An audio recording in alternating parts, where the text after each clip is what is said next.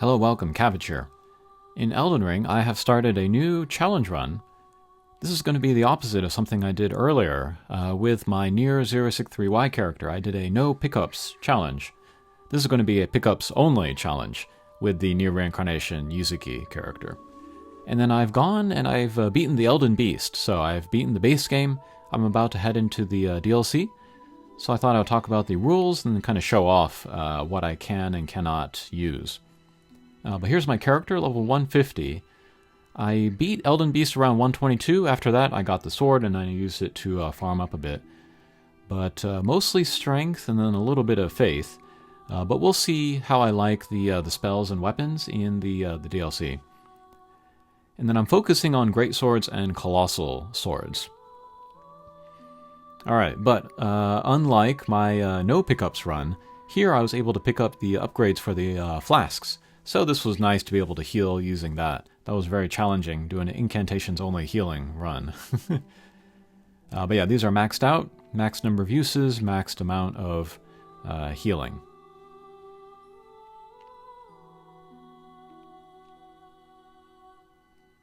Alright, anything else?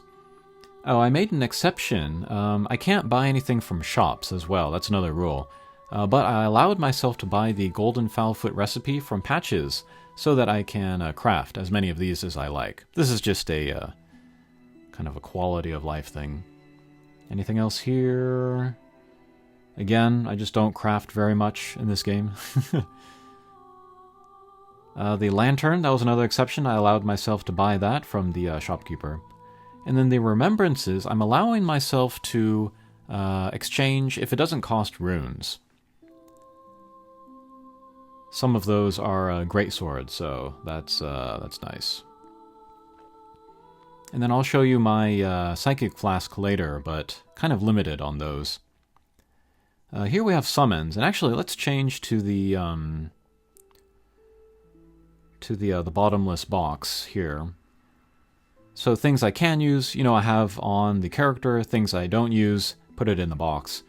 But here, these are some summons that I received from NPCs, or I received from boss battles, or they're from a shop, like this Dung Eater here. I went and I finished the Dung Eater's quest just so I could get the summon, so I don't have to do it later for a New Game Plus run. And then Latina, yeah, I received that from talking to her. And then these other guys are boss battle rewards that just go straight into my inventory. They don't drop on the ground, so not allowing myself to use them. But the summons that I can use, got all these guys, including some favorites like Great Shield Users, Radon Soldiers. Here's the Mimic Tier. I can use that because that comes out of a treasure chest. And then these two here are puppets, but you pick them up off a corpse or you pick it up out of a treasure chest, so I can use these as well. And then there is Finlay. I'm looking forward to using her. Also comes out of a treasure chest. I've never used her in a previous character, so looking forward to that. Okay, and then these are the only crystal tiers that I have. Very, very low amount. But I'm allowing myself to use the ones that I can pick up off the ground. Not the ones that I get for defeating the bosses guarding the Erd trees, so I'm missing most of the good ones. But what I do have are HP heal, stamina regen up, the stats up. This one raises damage on charge attacks, that might be helpful. No loss of runes on death. Weight limit up. Rolling gets improved. Damage becomes HP heal, and then the Moog tier. I can't remember if this was dropped on the ground or just given to me, but whatever it was, I wanted this so I could get the clear of Moog. And then another exception was this cracked tier, which I got defeating the tree guardian at Lane of the Lakes. This is so I can perform the Lanedale elevator skip. And then another exception I made was for the talisman pouches. These are too important, I think, to skip. And then various keys. Just like with my no pickups run, if there were key items that would prevent me from progressing in the game, then I would pick them up. And then here, like the Halictree medallions, for example.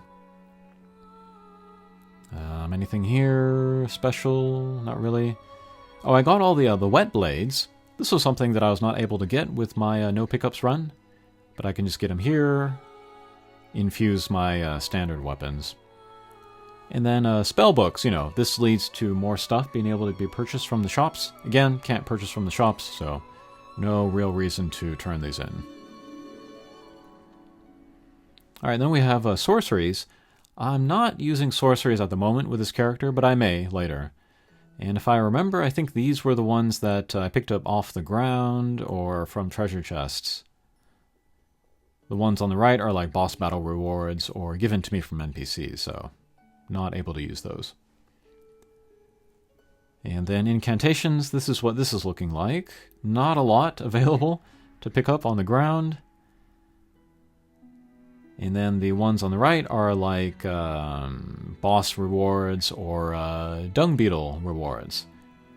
And yeah, not being able to, you know, hunt the dung beetles since the items that they give you go straight to your inventory. It's kind of limiting. And that will become very apparent when we look at the Ashes of War. These 5 are the only ones I'm allowed to use. All of the others come from dung beetle kills. But as long as I have 2, you know, that will allow me to use the wet blades if I'm dual wielding to put like different elements on those standard weapons. But as far as like what they can do, very, very low variety. And then I made another exception to purchase the no skill Ash of War so that I could put it on shields so it wouldn't mess up my Ash of War on my weapon, for example.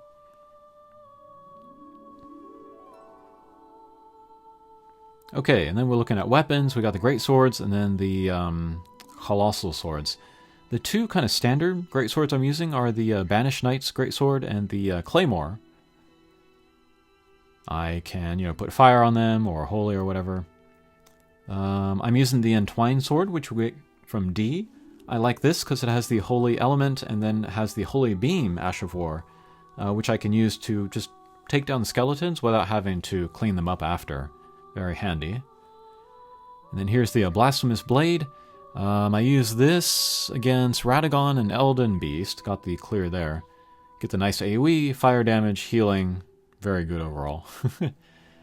And then Elden Ring's Greatsword. Elden Beast's Greatsword. Good for farming. Although I might use it in the field, in the DLC. And then we got the standard Colossal Sword. Got the Troll Golden Sword. Not really using these. And then we have Malekith's Black Blade. I really like this. I use this to beat Mohg, Lord of Blood.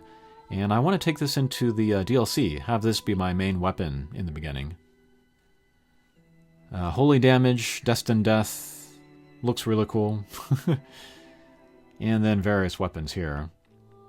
We can look at the other great swords and colossal swords that I have.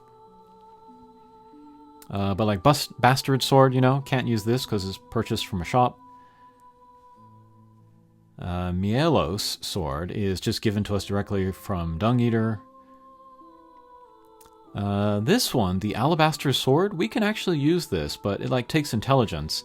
I may or may not take the character during the DLC to an intelligence build, so I might actually use that. And I think there's another available somewhere in the game, so I could dual wield them. And then we have the Moonlight, Dark Moon Greatsword. Again, intelligence. Zweihander, purchased from a shop. This is a boss gift. The Ruins Greatsword is another boss gift, so I'm not using those.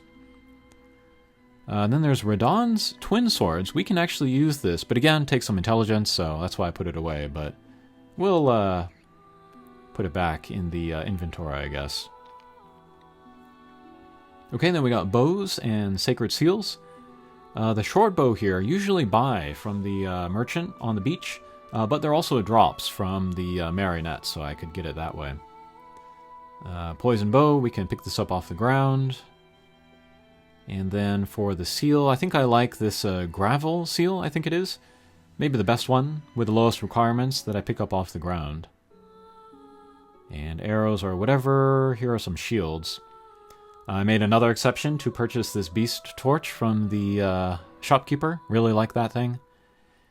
And then shields, I'm thinking about like a setup that would be good for the final boss, and a shield would be good, so I'm considering this dragon tower shield. 77 guard boost, and then weight is only 17.5. Compared to the fingerprint, that's much better. Much less guard boost, of course, but I think it is better than the black iron shield, which I used with my previous 2 clears, so this should be pretty good, this tower shield. And then costumes, here are a few things that I purchased or got as gifts, so I'm going to put them away. But like Dung Eater, you know, he was kind enough to drop that on the ground so I could pick it up and use it. The Crucible Knight armor, this was from a treasure chest. And yeah. Maybe I should farm more enemies. Okay, and then talismans, also limited here, but I think this is a better situation than my no pickups run. But like this guy, for example, I picked this up off the ground. I can't get the best version because that would be given to me from the Great Jar, but I can use this. Tree, pick it up that from the ground. And then thankfully I have access to the full suite of damage mitigation talismans, so that's very nice.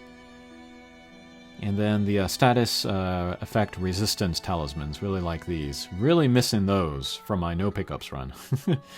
Then we have various weapon talismans. I like this one for the guard counter damage up, and then this one for the shield block up, and then finally the charged attack up, so yeah. Like the stuff that I have available is maybe kind of leading me to certain builds or setups. And then I have like magic or incantation up. And then here's the Warrior Jar Shard. I went for this one because this one I pick up from the ground, while Alexander Shard is just given to us directly, so I can really only use that one. Then I have some Scorpion Charms. I went and I got the magic just so I wouldn't have to do that in a New Game Plus. But like Fire and Lightning, you know, I can pick that up off the ground. Holy I cannot. That is given to me for defeating a NPC, so put that in the box. We'll put the magic one in there too. This sword talisman, love this. Damage up with HP at max. And then we have Millicent's prosthesis. This is dropped on the ground, while the rotten sword insignia is given to us directly, so I prefer this one. And then for the scarabs, I made an exception to get the gold one, while the silver one I can just pick up from a treasure chest. The gold one, this is just to speed up stuff that I would be doing anyways, farming for runes to level up, so yeah. But yeah, that is my setup for my Yuzuki challenge run. I'm going to continue the challenge through the DLC, only pick stuff up, not use things that are kind of gifted to me. So yeah, it should be interesting. Hopefully I can start live streaming this soonish. Okay, thanks for watching, and we'll see you again. Take care.